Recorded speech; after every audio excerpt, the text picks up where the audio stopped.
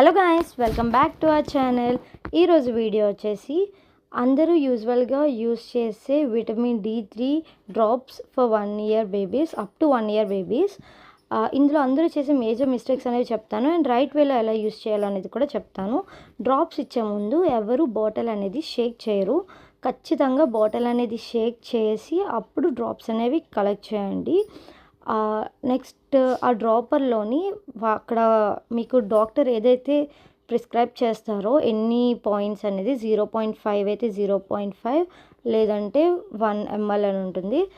వాళ్ళు ఎంత ఇస్తే మీరు దాన్ని బట్టినే ఫాలో అవ్వాలి. ఎందుకంటే ఒక్కొక్క బ్రాండ్ బట్టి యూనిట్స్ అనేవి మారుతాయి. సో చూసుకొని ప్రిస్క్రిప్షన్ బట్టే యూస్ చేయండి డ్రాప్స్ అనేవి.